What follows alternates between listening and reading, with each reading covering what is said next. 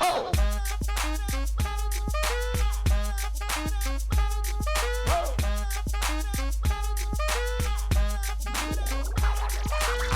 gonna pop some tags. Only got $20 in my pocket.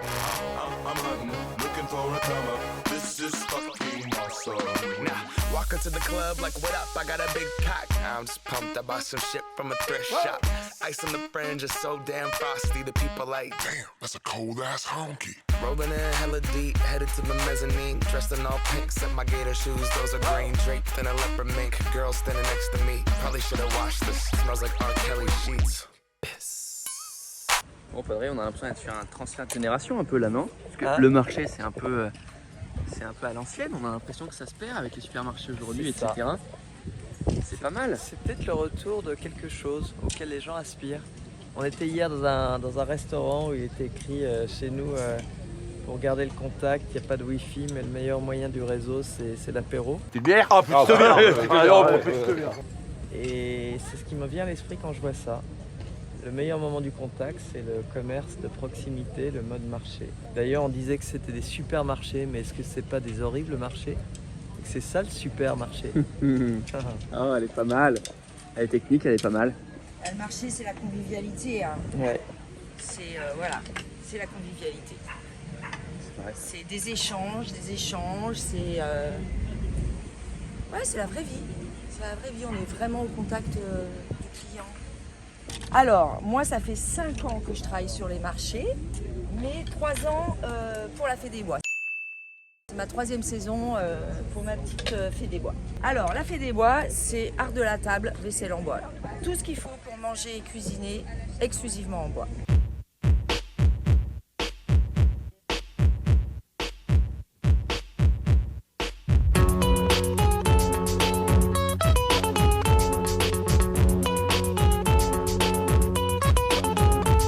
Après, moi, je suis vraiment sur un stand alternative au plastique également, parce qu'il faut arrêter. Moi, j'habite ici à l'année, je vois l'état des plages l'hiver, ça me convient pas du tout.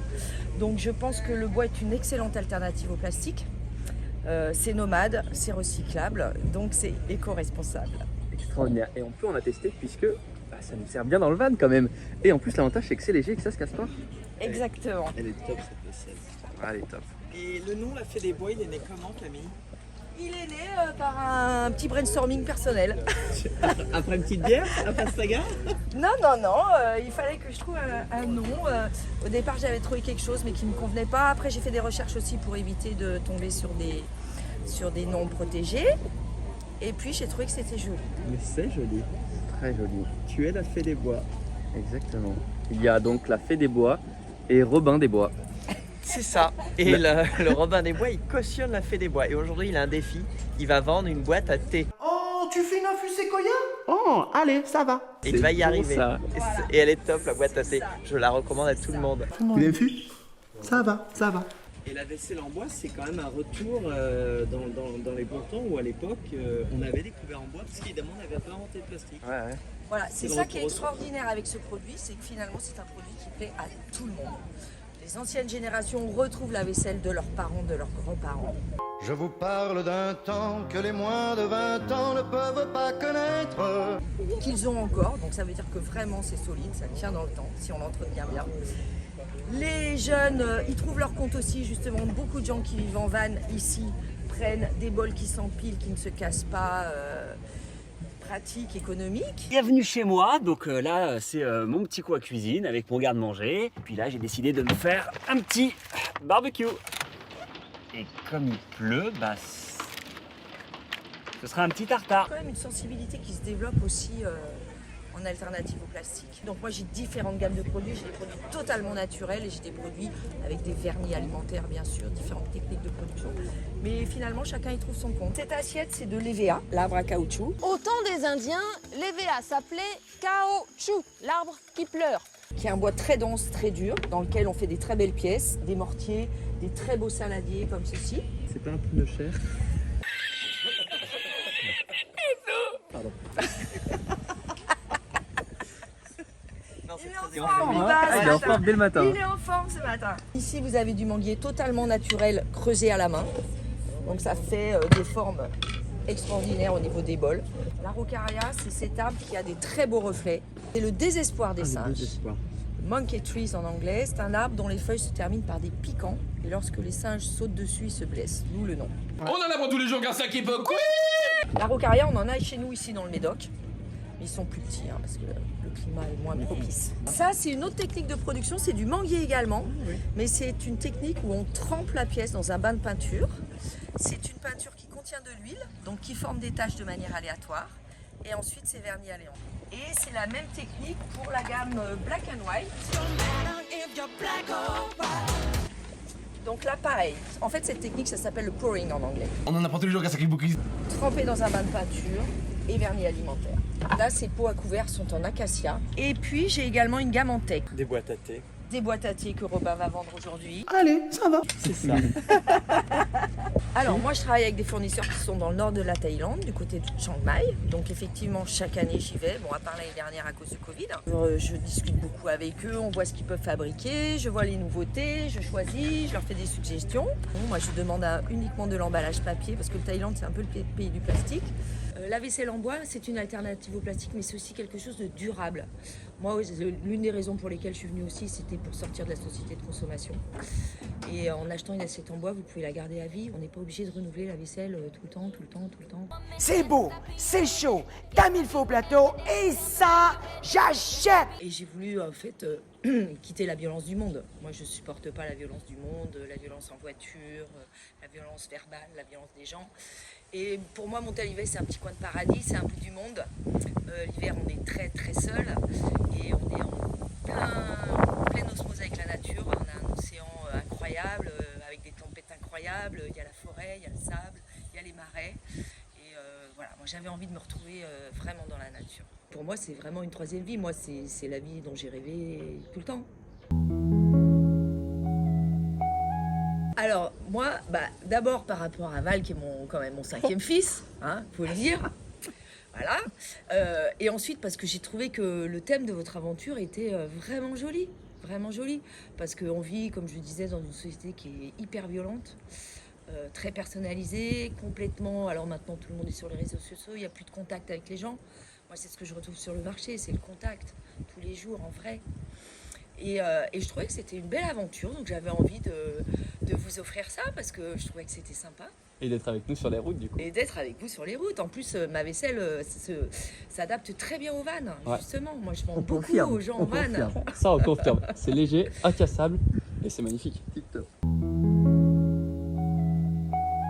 Le bien commun, moi je reviens toujours à ce monde un petit peu dur et je trouve que c'est tellement dur qu'il faut essayer de l'adoucir par des rapports humains en fait. Pour moi le bien commun c'est être tolérant vis-à-vis de l'autre, être dans l'aide lorsqu'on le peut à son niveau, mais c'est surtout voilà, aimer les gens et puis vivre avec, arriver à vivre ensemble malgré nos différences culturelles, intellectuelles, raciales.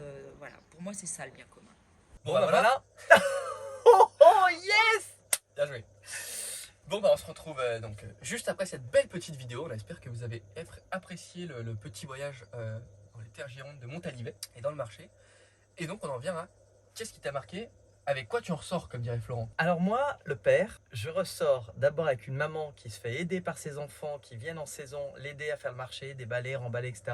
C'est un sacré boulot et ça m'a fait plaisir de voir des enfants qui sont autour de leur mère pour l'aider à porter son projet et l'accompagner. C'est après la déballe, le remballe. C'est toujours en groupe et en famille. C'est ça, car la famille, c'est important. Yes. Ça, j'ai trouvé ça très beau. Elle a porté ses enfants pendant X années, elle les a élevés, elle a consacré du temps.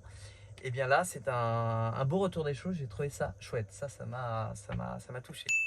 Une autre anecdote, j'ai vendu ma première boîte de thé. J'étais hyper fier.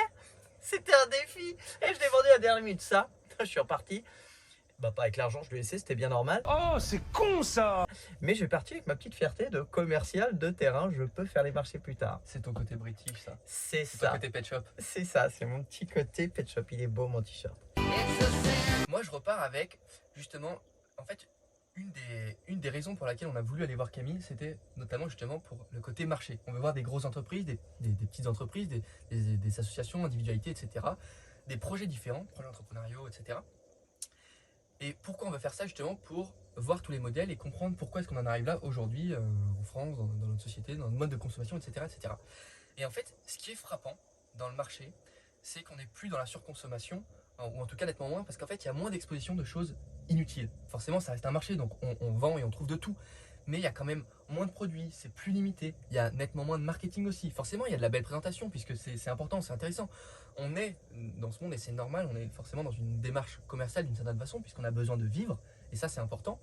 Mais on ne va pas être, comme dans les supermarchés, dans la surproduction, surpublicité, surexposition de choses. Et sur-emballage. Ouais, et sur-emballage de choses dont on n'a pas besoin. Et on se rend vite compte, et ça c'est assez intéressant, notre cerveau fonctionne comme ça.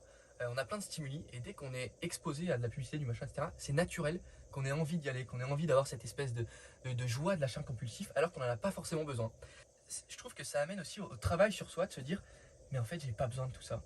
J'ai pas besoin de tout ça, et il faut que je reste parfois, enfin il faut, en tout cas c'est chouette, de rester concentré parfois sur l'essentiel, et de se laisser simplement tenter finalement par la nourriture, parce que la nourriture, ça c'est aussi un plaisir, ça amène ce petit stimuli, mais il y a moins de déchets, il y a moins de choses inutiles, et c'est juste du plaisir essentiel, et on le retrouve dans plusieurs documentaires. Avant, il me semble que 75% de notre budget était fait pour l'alimentaire, alors qu'aujourd'hui c'est peut-être 20%. Et donc forcément ça questionne sur effectivement notre changement de société, notre évolution dans notre société.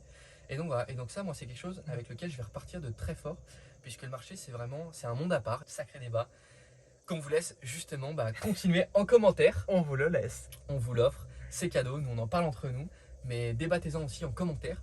Donc n'hésitez pas à nous faire vos retours, à en parler entre vous, à en parler en commentaire avec les autres, avec vos amis, la famille, avec tout le monde. Dites-nous si vous êtes super, hyper ou marché tout court. Exactement. Donc likez, commentez, partagez et surtout faites-vous du bien, c'est hyper important. Partagez le bien commun autour de vous. Et puis on vous retrouve dans les prochains épisodes. Le bien commun ne vaut que s'il est partagé. Exactement.